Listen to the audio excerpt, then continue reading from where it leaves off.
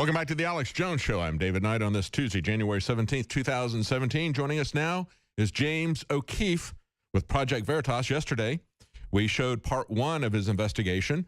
They did an undercover investigation of people who were planning to not only interrupt the deplorable, not only to try to shut it down, but also to engage in criminal operations. So we're going to talk to him about that report, also about the upcoming report, part two of that investigation. James Okeefe, of course, as you know, is president of Project Veritas. He's well known for his 2009 Acorn investigation, the systematic corruption that he discovered and showed in multiple offices that ultimately forced that group to disband. Then he also did a very important investigation into NPR. They did a sting where they had two executives there, Executive Ron Schiller, Senior Director Betsy Liley. They agreed to receive $5 million donation from a fictional Muslim organization, and then the House of Representatives voted to defund them. In September of 2011, Project Veritas led an investigation into Medicaid offices in 6 states. So he's had a massive influence in exposing the truth, of course. That's what Project Veritas means. I mean, that's what we always see. Whenever he exposes the truth, actually, we see the same thing happen that they always do when a whistleblower talks about criminal operations, shows corruption. They always attack the messenger. They come after the whistleblower. And that's one thing that Barack Obama will be remembered for. But joining us now is James Okeefe. Thank you for joining us. Hey, great to be with you. Tell us a little bit about, let's break down this part one that we saw yesterday. Of course, what they were talking about doing was releasing butyric acid in the deplorable, and that is the thing that gives human vomit its smells. It's a very disgusting, intolerable smell. It makes people sick. They want to do that. But in concentration, it is an acid, and so it'll burn your skin. It'll burn your lungs. It's a very dangerous thing. That's a criminal conspiracy, isn't it, James? Yeah, it's actually covered under the D.C. anti-terrorism statutes, and it's not just a prank. This acid it's a flammable material. It could burn your lungs. It could cause a stampede out of the National Press Club, people trampling one another.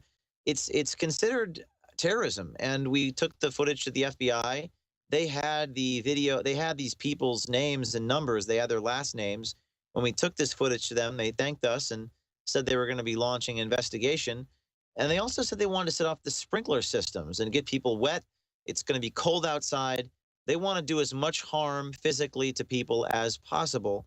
And then, of course, they responded by saying, well, we were just punking me. Well, if that's the case, then why did they continue to send these plans and emails, follow up with more emails talking about how they're going to do this? They did recon of the building. They cased the building to ensure they could actually carry out these plans. And it's just a laughable kind of cover your ass excuse trying to say that this was all a joke, when in fact the FBI has their name and number. And of course, we see this all the time. You know, people have a right to exercise their free speech. And I think that the protests, in terms of standing there with a sign, talking about something, I think we're actually too restrictive on that in the U.S. because when you look at these political conventions, what they do is they have protesters at both the political conventions. They put them far away from where the political convention is. In most cases, the last several elections, they put them in cages. You have to have a permit ahead of time. But what we're not talking about that kind of free speech here.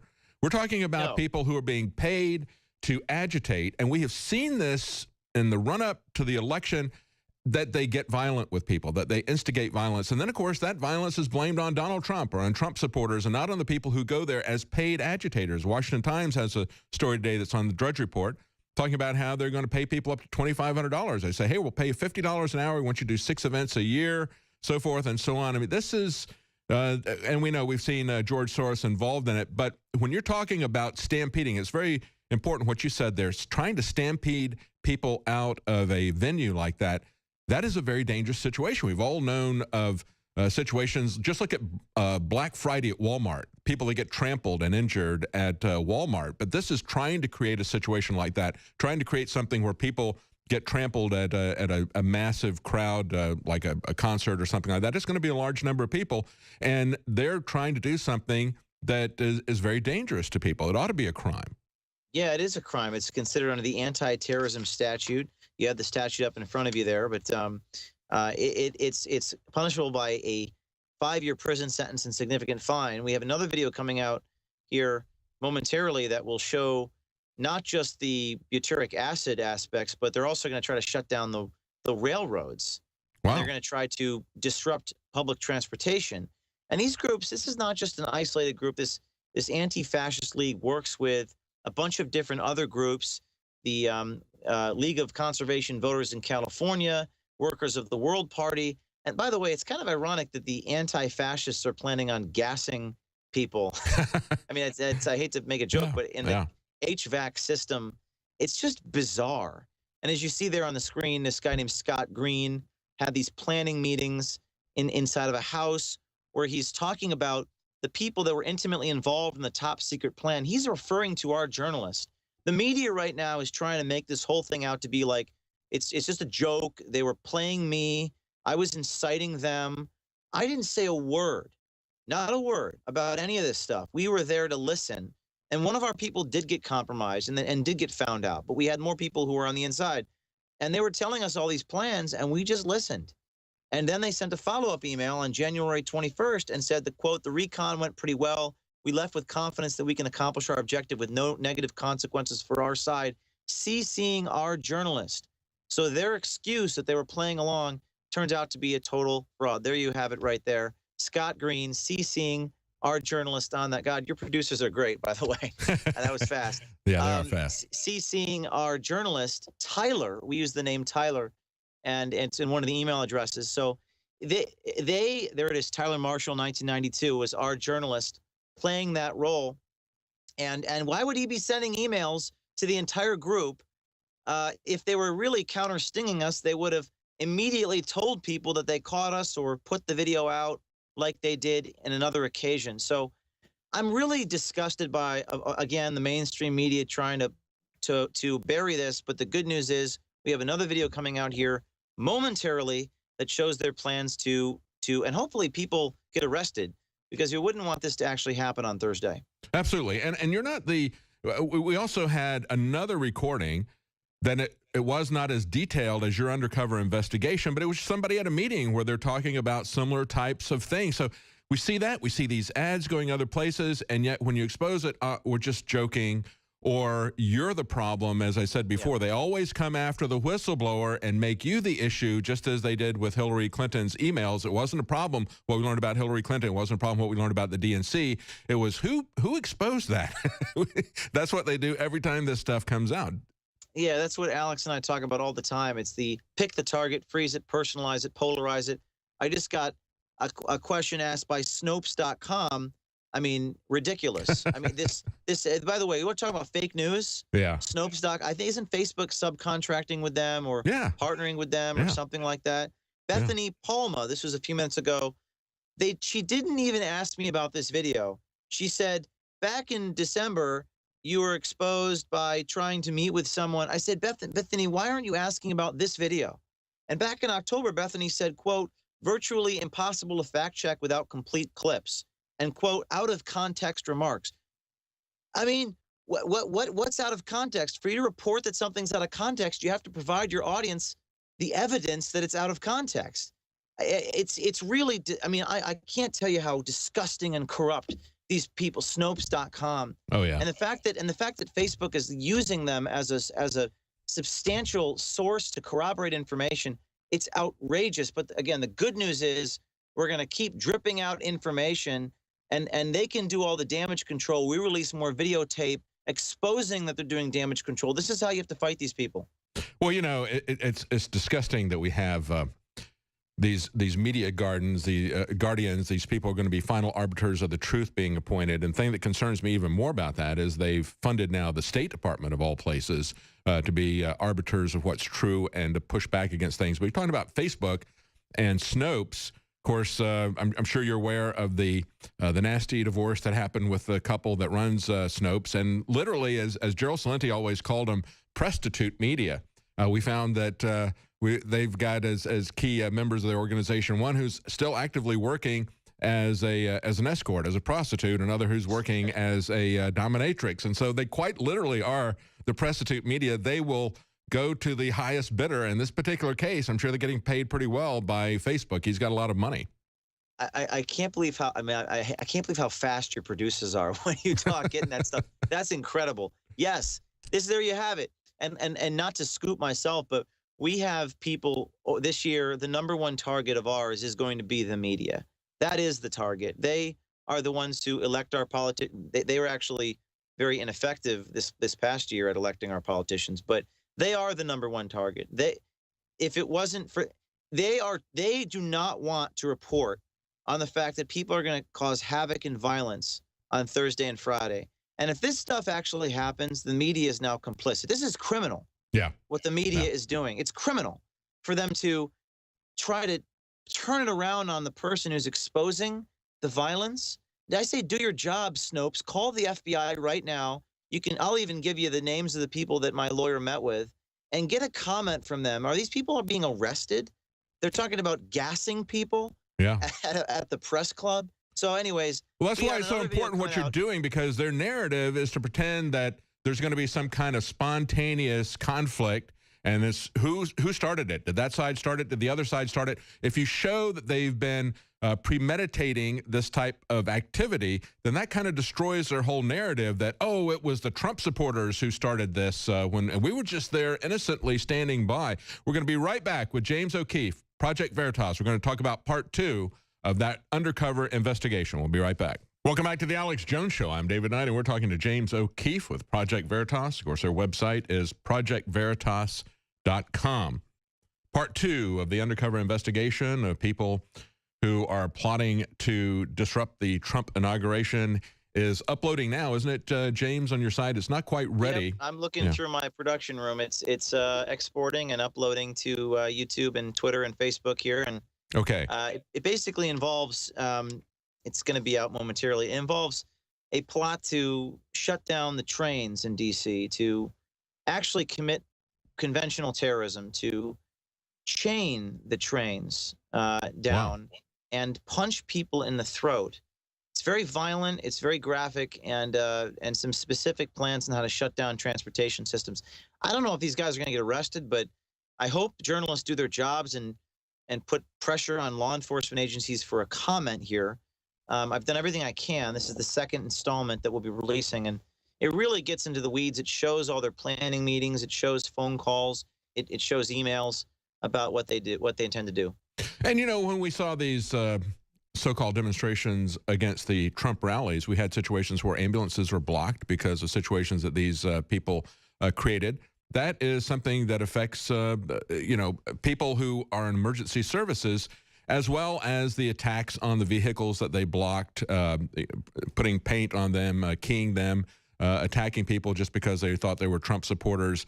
That is the type of thing that these people do. And as we said in the last segment, they always portray this as, well, you know, hey, we were just there as protesters exercising our First Amendment speech, and then that other guy started it.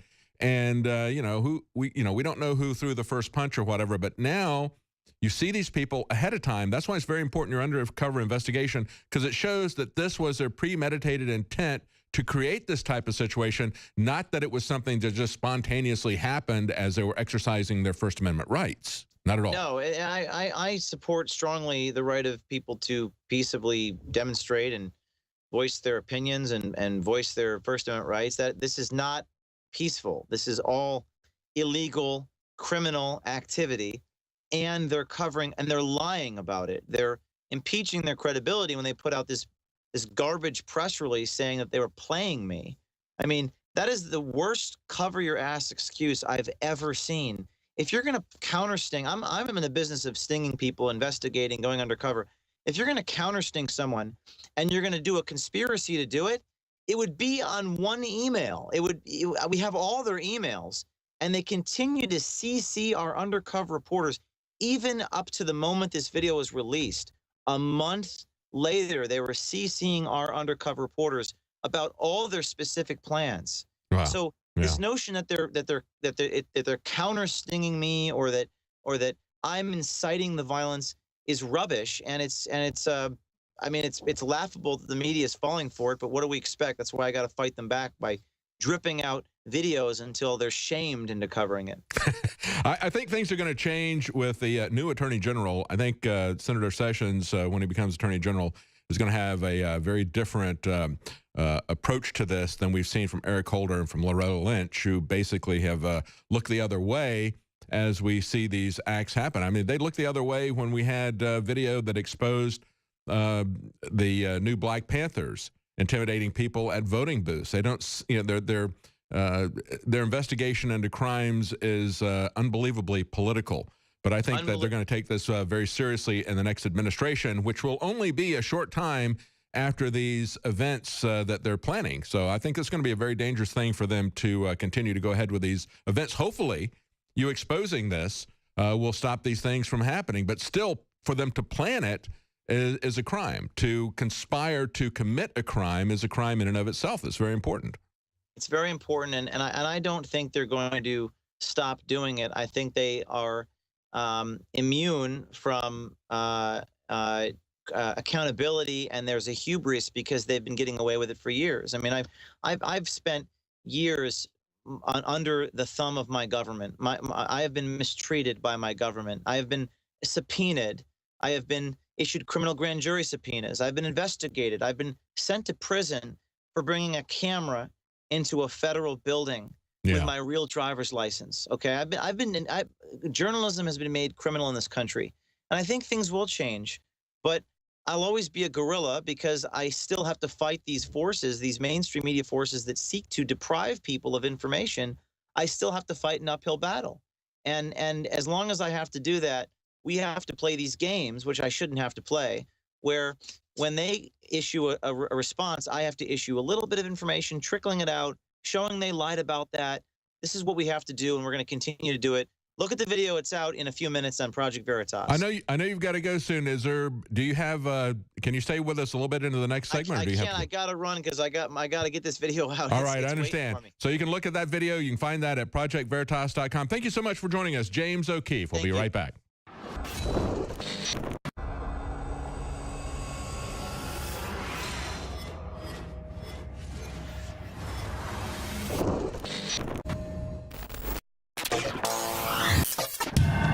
InfoWars has more than 15 YouTube channels and about 3 million subscribers. Our main channel has 1.854 or 1,854,000 plus subscribers. Now, they've been gaming the system for a long time to shut down nationalistic or patriotic media, saying we're right-wingers, saying we're extremists. Well, it doesn't matter who we are. We have a right to free speech, don't we? As long as we don't violate the rules. Well, now Zuckerberg has come out and said he's going to restrict conservative news like Communist China does, calling it fake news.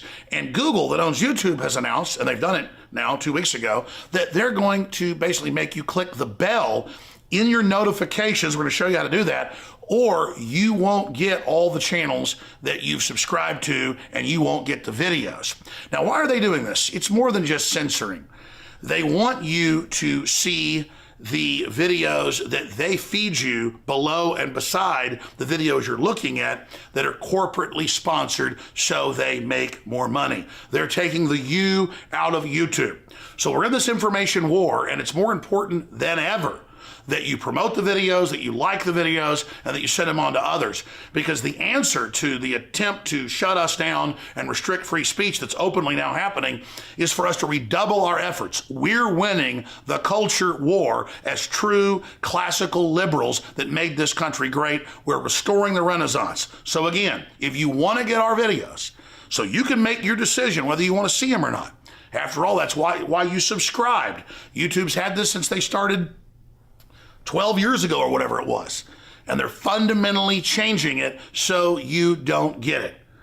Ladies and gentlemen, this is promoting fake news and trash news and establishment news. It's killing real independent news. But we the people, by taking action, can break the back of this system. So please, click on the bell so you get the notifications and so you get in your feed the videos and channels you've subscribed to. I'm Alex Jones for Infowars.com.